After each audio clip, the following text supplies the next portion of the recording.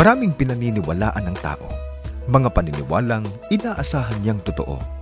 Ngunit ano nga ba ang katotohanan? Nakasalig ba ang paniniwalang iyan sa banal na kasulatan?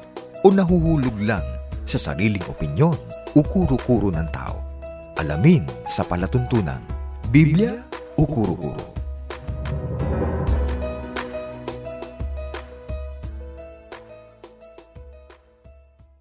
Welcome po sa ating palatuntunan, Biblia o Kuro-Kuro. Muli niyo po kaming samahan sa kabuuan po nitong ating pagtalakay. Ako po ang kapatid na Orly de Guzman, kasama po natin muli ang kapatid na Christian Cruz. Magandang araw po kapatid na Orly. Gayon din sa inyo mga kaibigan. Isang magandang araw po sa inyong lahat. Kitang-kita kapatid na Christian kung gaano kaaktibo ang marami nating kababayan sa kanilang relihiyong kinaaniban. Opo. Halos ibuwis ang kanilang buhay ng iba. Ang iba ay handang magsakripisyo, magtiis, mamuhunan sa inaakala nilang paglilingkod sa Diyos na akay ng tamang pananampalataya. Opo. Tama naman po na pagka ang pag-uusapan po ay paglilingkod po sa Panginoon Diyos, ay talagang dapat po magsikap ang tao at gawin ang kanyang buong makakaya. Subalit, dapat ay maging mapagsuri o mapagbantay po ang tao dahil baka ang ginagawa po niya ay hindi na po pagsunod at paglilingkod sa Diyos, kundi baka nahuhulog na po sa isang kapanatikuhan. Baka hindi na akay ng tamang pananampalataya. Opo. At ito, itong ating tatalakayin, kapatid na Christian, hindi tayo lang ang nakapagmamasid nito. Opo. Maging ang mga nasa iba't ibang sektor, pagka merong aktibidad na malaki, Opo. ang isang relihiyon, ang kanilang sinasabi, yung ba tama pa? Tama ba yan? Kakaiba ng paglilingkod talaga sa Diyos yan? O baka kapanatikuhan na lang ang kanilang kinahuhulugan? Opo. Pero para sa iba, pareho lang yon. Yung ang kanilang ginagawa ay akay ng pananampalatayang tama o kaya ay kapanatikuhan, pareho lang sa kanila yun. Pero yung bang pagiging panatiko at yung pagsunod sa aral kalooban ng Diyos, yung ba magkapareho lang ayon sa Biblia? Hindi po, kundi napakalaki po ng pagkakaiba nito. Paano malalaman kung ang ginagawa ng isang pangkating pangrelihiyon ay kapanatikuhan na at hindi na udyok ng tamang pananampalataya? Pakinggan po ninyo mga kaibigan at babasahin po namin ng isang pangyayari. Dito po sa unang hari sa 18:25 hanggang 26 ay ganito po ang ating mababasa. Pakinggan po ninyo mga kaibigan. Sinabi ni Elias sa mga propeta ni Baal, "Pumili kayo ng isang toro at kayo na ang maunang maghanda. Marami rin lang kayo. Tawagan ninyo ang pangalan ng inyong Diyos, ngunit huwag sisindihan ng kahoy." Kinuha nila ang torong bakang bigay sa kanila at inihanda ito. Pagkatapos ay tinawag nila ang pangalan ng kanilang Diyos mula umaga hanggang katanghaliang tapat. "O Baal, sagutin mo kami," sigaw nila. Ngunit walang sumasagot, walang tumutugon, at paligid-ligid silang sumasayaw sa altar na kanilang ginawa. Kapatid na Orly, nais po muna nating ipapansin po sa ating mga taga-subaybay na ang pangyayari pong binabanggit dito po sa mga talatang binasa ay naganap po sa panahon ng paghahari ni Akab sa bayang Israel nang hamunin po ng propetang si Elias ang mga propeta ng Diyos-Diyosang si Baal. Balikan nga natin ano ba ang hamon ni Propeta Elias sa mga propeta ng hindi tunay na Diyos na si Baal. Nagpakuha po siya ng 2 baka para sa kanya at sa mga propeta ni Baal at ang mga ito po ay kanilang kakatayin at ilalagay po sa ibabaw ng kahoy pero hindi po nila sisindihan. Teka muna, bakit yan ang hamon ni Propeta Elias? Ano ba ang kanya sinabi na dapat na maging paraan sa pagsunog do sa mga handog? Na tatawag po sila sa kani-kanyang Diyos at ang Diyos po nasasagot sa pamamagitan anya ng pagpapadala ng apoy sa kinatay na baka ang siyang tunay na Diyos. Kaya batay po sa binasa nating talata, itong mga propeta ni Baal, tinawagan nila ang pangalan ni Baal mula umaga hanggang sa katanghaliang tapat. Subalit wala po silang nakuhang sagot. No, natural, walang sasagot do kasi si Baal naman ay Diyos-Diyusan yun. No? Opo. At anong ginawa ng mga propeta ni Baal nang hindi sinagot yung kanilang pagtawag sa kanilang kinikilalang Diyos. Ituloy po natin sa talata pong 28. Pakinggan po ninyo mga kaibigan. Lalo nga nilang inilakas ang kanilang sigaw at sinugatan nila ang kanilang sarili sa pamamagitan ng mga tabak at sibat, tulad ng kanilang kaugalian, hanggang sa umagos ang kanilang dugo. Kapatid na Orly, nang hindi pa rin po sumagot ang Diyos-Diyosan na kanila pong tinawagan, lalo pa anya nilang inilakas ang kanilang panalangin, ang kanilang sigaw, at ito nga po ang isang kapanatikuhan, sinugatan anya nila yung kanilang sarili sa pamamagitan po ng tabak hanggang sa umagos ang kanilang dugo. Teka muna, baka nag-iisip ang ating mga taga-subaybay. Bakit isang halimbawa yan ng kapanatikuhan, yung ginawa na yan ng mga propeta ni Baal? Ang isa pong dahilan, pinag-ukulan po nila ng kanilang paghahandog, hindi po tunay na Diyos, kundi isa pong Diyos-Diyosan.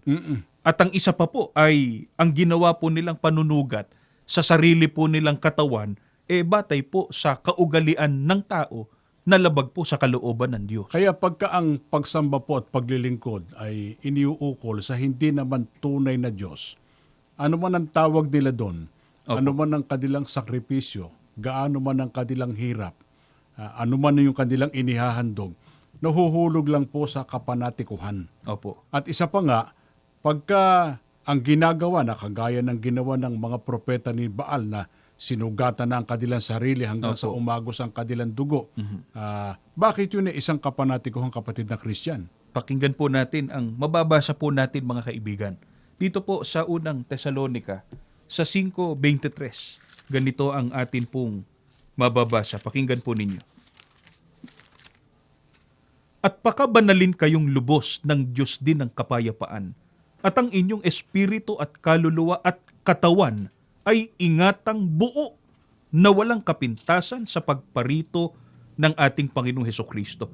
Kapatid na Orly, ang binasa ko po ay nakasulat sa Biblia, kalooban po ng ating Panginoon Diyos na ang ating katawan ay ingatan anyang buo.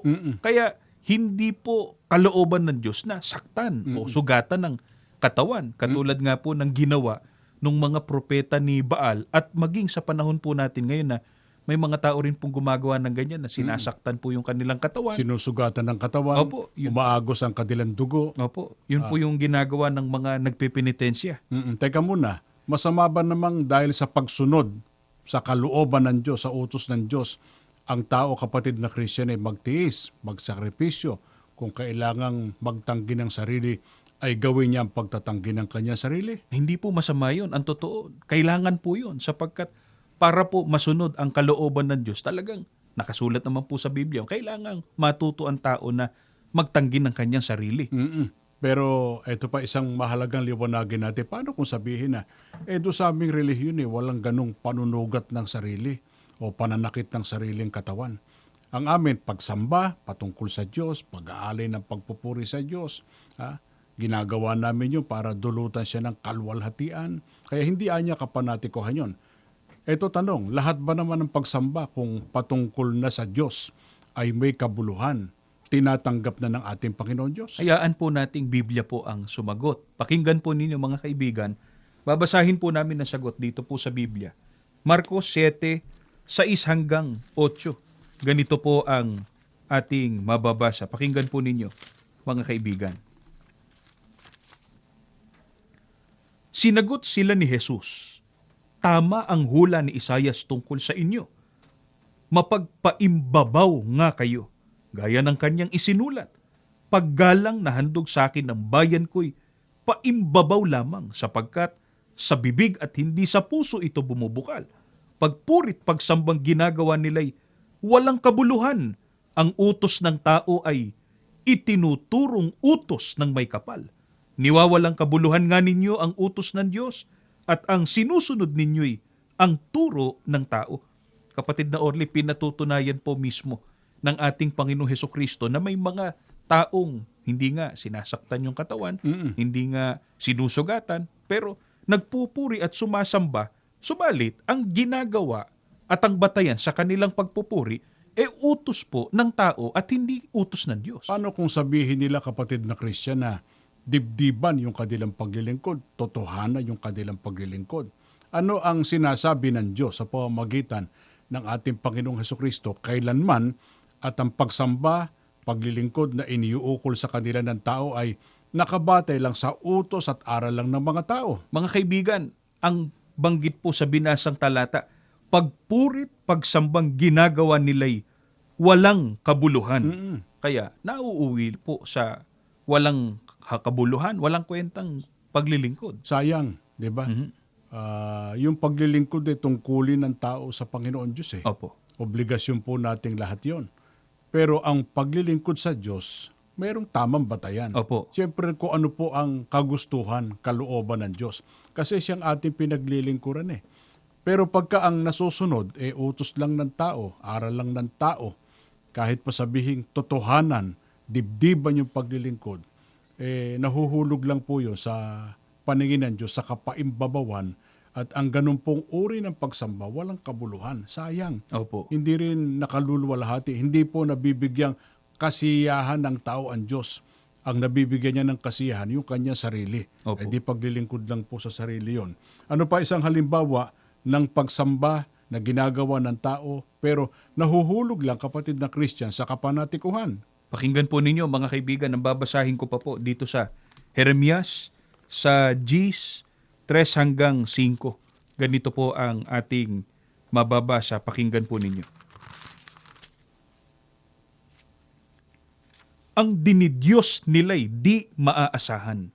Isang punong kahoy na pinutol sa gubat, nililok ng mga dalubhasang kamay, at pinalamutihan ng ginto at pilak, minartilyo at pinakuan upang hindi mabuwal. Ang mga Diyos-Diyosang ito'y animo panakot ng ibon sa gitna ng bukid at hindi nakapagsasalita. Pinapasan pa sila sa balikat pagkat hindi nakalalakad.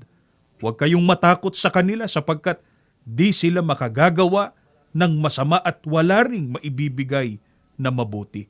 Kapatid na Orly, ito pa ang isang uri ng pagsamba na ginagawa ng tao na nahuhulog po sa fanatismo o sa kapanatikuhan. Kasi hindi ayon sa kalooban ng Diyos Opo, labag pa po sa kalooban ng Panginoon Diyos.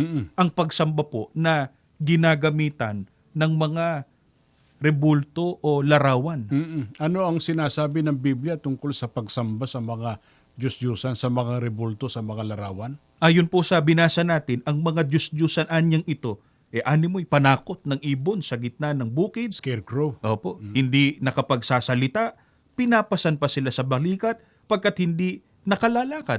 Di po ba't ito nga talaga ang nakikita nating nangyayari po sa realidad na halimbawa po pagka nga merong isang kalamidad at pagkatapos kailangan lumikas po, umalis sa bahay para ho maisalba. Yun pong kanilang larawan, imahen, rebulto. Bubuhatin po talaga yun. Hindi naman po maglalakad mag-isa yun. Kaya nga merong balita dati na nakalabas na natrapa uli kasi binalikan yung kanyang rebulto, yung kanyang imahen hanggang sa pareho silang nasunog. Opo. Yan ang sinasabing walang magagawa. At ano sabi pagka pinoprosesyon niyang mga Diyos-Diyosang iyan? Sabi po ay pinalalamutihan pa ng ginto at pilak, minartilyo at pinakuan upang hindi mabuwal. Kaya meron tayong nakitang medyo mahina yung pako. Nabagsakan pati yung isang may pasan Opo. Di ba? Napanood nyo rin marahil po yun. Merong mga ganong napapanood sa social media. At kung yan bang mga rebultong iyan, mga imahen ay tawagan, dalanginan ng mga tao, hinga ng tulong, meron bang maitutulong ang mga yan? Tiyak po na wala sapagkat maliwanag mga kaibigan ng nakasulat po sa Biblia. Ang sabi, huwag kayong matakot sa kanila sapagkat di sila makagagawa ng masama at wala ring maibibigay na mabuti. Kasi kapatid na Orly, may mga tao po, lalo yung mga deboto sa ganong mga rebulto, takot po na tigilan yung pagsamba doon o kaya takot na hindi mabigyan ng pagpapahalaga kasi nga daw baka daw may mangyaring masama sa kanila. Baka masumpa daw sila. Opo. Lalo pat yun minana nila yung ganong kaugalian sa kanilang mga kanununuan na merong ganyan mga gawain sa kanilang relihiyon.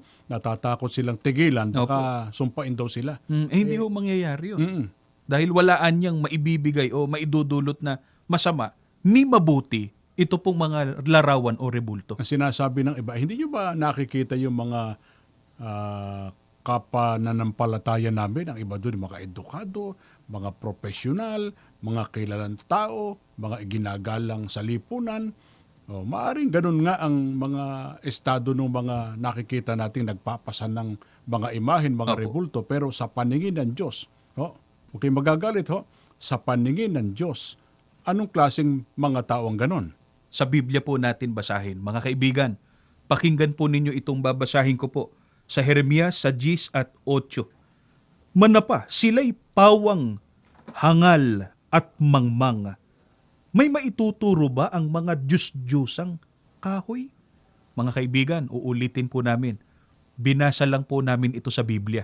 Ang termino po doon sa mga taong nahulog sa pagsamba sa rebulto, sa larawan, imahen, sila po ay hangal o mangmang. Bukod dyan, panatiko. Opo. Kasi yung kapanatikohan bulag na pagsunod yun Opo. Ang kanilang sinusunod, hindi nga nila alam kung talaga bang kalooban ng Diyos Opo.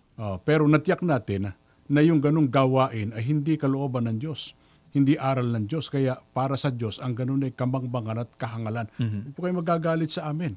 Binasa lang po natin ang talata ng banal na kasulatan. Sabi nung iba, kung hindi anya totoo yan, yung aming debosyon na tinatawag, Opo. totoo kapanatikuhan sa mga imahen, kitang-kita naman, nababalitaan niya, yun ang sinasabi nila. Lumuha daw ng dugo, nagpagaling sa may sakit, dating nandito nakita nandun na, at kung ano-ano pang mga sinasabi nilang mga kababalaghan daw at kung ano-ano pang mga milagro. Pero sabihin na, tanggapin natin sandali na mayroong ng ganung pangyayari. Yun ba'y galing sa Diyos, yung ganung pangyayari? At tiyak po nating hindi. Kung bakit, mga kaibigan, pakinggan po ninyo ito pong nakasulat sa Isaias sa 42:8. Ganito po ang ating mababasa. Pakinggan po ninyo. Ako ang Panginoon na siyang aking pangalan, at ang aking kaluwalhatian ay hindi ko ibibigay sa iba, o ang akin mang kapurihan sa mga larawang inanyuan. Meron na pong pahayag ang Panginoon Diyos noon pa na ang kanya pong kaluwalhatian, ang kanyang kapurihan, hindi niya ibibigay sa iba, lalo na po doon sa larawang inanyuan. Kaya kung totoo mang may milagro, tanggapin natin sandali na meron nga, para lang may mapag-usapan, may matalakay tayo. Pero 100% kung merong mang nangyaring kababalaghan, hindi gawa ng ating Panginoon Diyos yun. Totoo po. Kasi may pasya na po ang Diyos Hindi niya ibibigay sa mga larawang inanyuan ng kanyang kapurihan at ang kanyang kalwalhatian. Kaya yung mga nanghihikayat, halimbawa, merong mga nanghihikayat, gawin natin ito, sumama tayo sa ganito, ito'y totoo, kahit hindi totoo. Ano ang babala ng Biblia pagka merong ganyang nanghihikayat sa tao para gumawa ng iba na labag naman sa kalooban ng ating Panginoon Diyos? Pakinggan po natin ang nakasulat po sa Biblia, mga kaibigan. Dito po sa Deuteronomio sa 13, 1-3 ay ganito po ang ating mababasa. Dinggin po ninyo, mga kaibigan. Kung may bumangon sa gitna mo na isang manghuhula o isang mapanaginipin ng mga panaginip at kanyang bigyan ka ng isang tanda o kababalaghan, at ang tanda o ang kababalaghan ay mangyari na kanyang pagsalitaan ka na sabihin, sumunod tayo sa ibang mga Diyos na hindi mo nakikilala at ating paglingkuran sila, ay huwag mong diringgin ang mga salita ng manghuhulang yaon o ng mapanaginiping yaon ng mga panaginip, sapagkat sinusubok kayo ng Panginoon ninyong Diyos upang maalaman kung iniibig ninyo ang Panginoon ninyong Diyos ng inyong buong puso at ng inyong buong kaluluwa. Kapatid na Orly, kung napakarami man po ngayon na nangangaral at naghihikayat po sa maraming tao na sumunod sa maling doktrina, sumunod sa aral na maling hindi gawain, Opo, sa maling gawain, aral na hindi po nakabatay sa kalooban ng Diyos, hindi dapat makinig. Lalong hindi dapat sumama at maniwala ang mga tao sa mga gayong tagapangaral. Baliban sinasabi ng iba, kayo anya, nakabalita lang Kami mismong, kami nandun. nung mangyari niya yung kababalaghan. Pero sabihin ang meron nga. Opo. At hindi hikayat ang tao.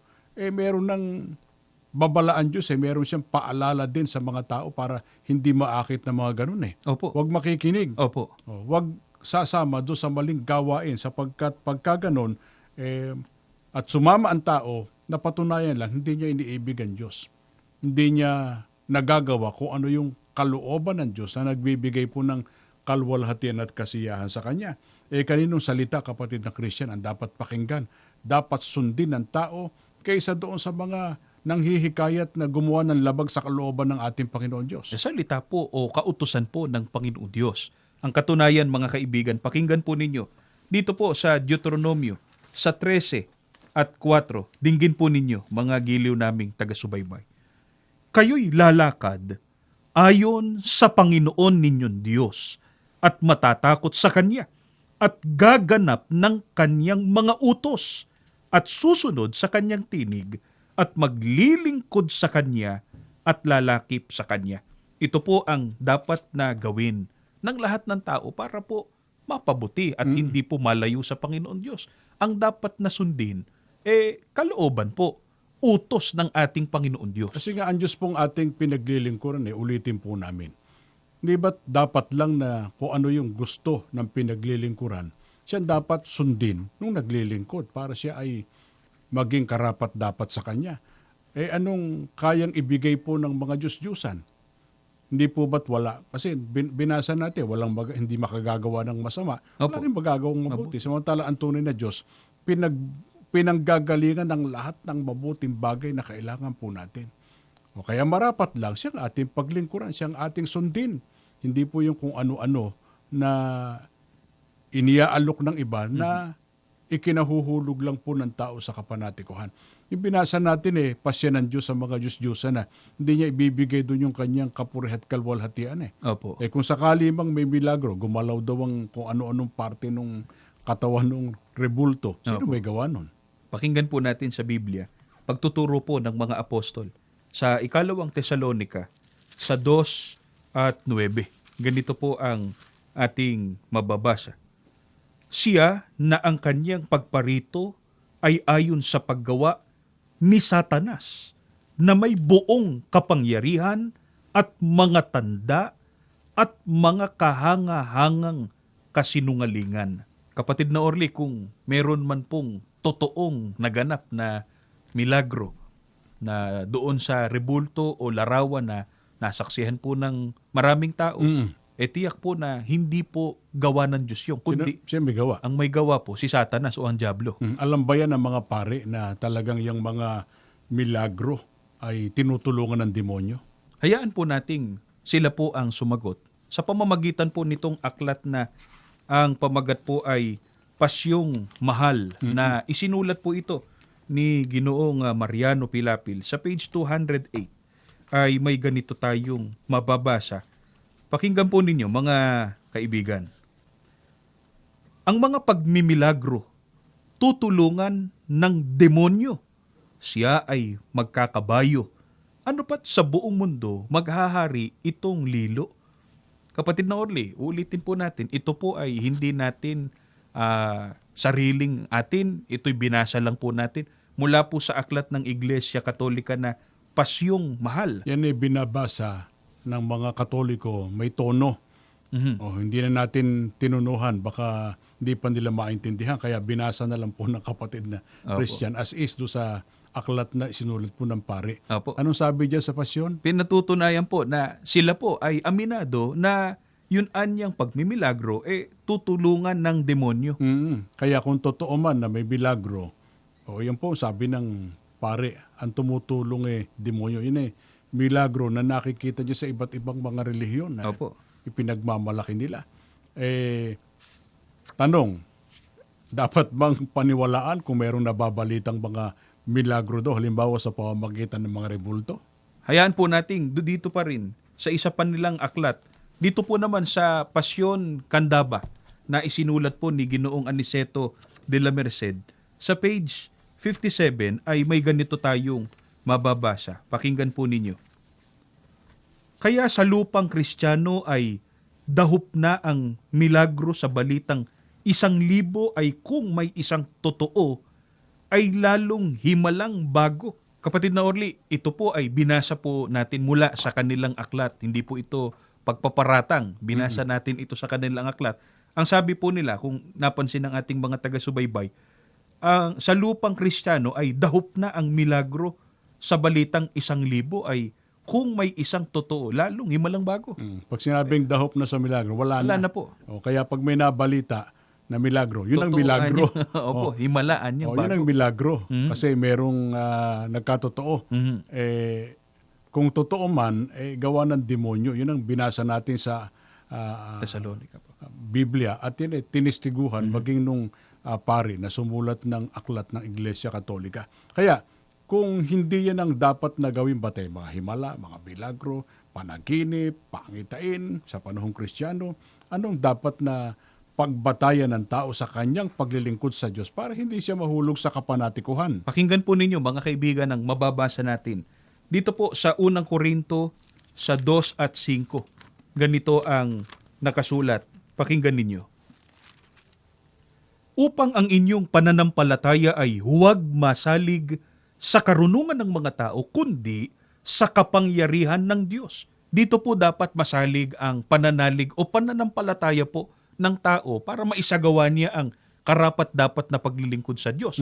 Sa kapangyarihan po ng ating Panginoong Diyos. Alin yung kapangyarihan ng Diyos na dapat pagsaligan ng pananampalataya at ng paglilingkod ng tao sa Diyos? Sa Roma 1:16-17 ay ganito po ang sagot ng Biblia.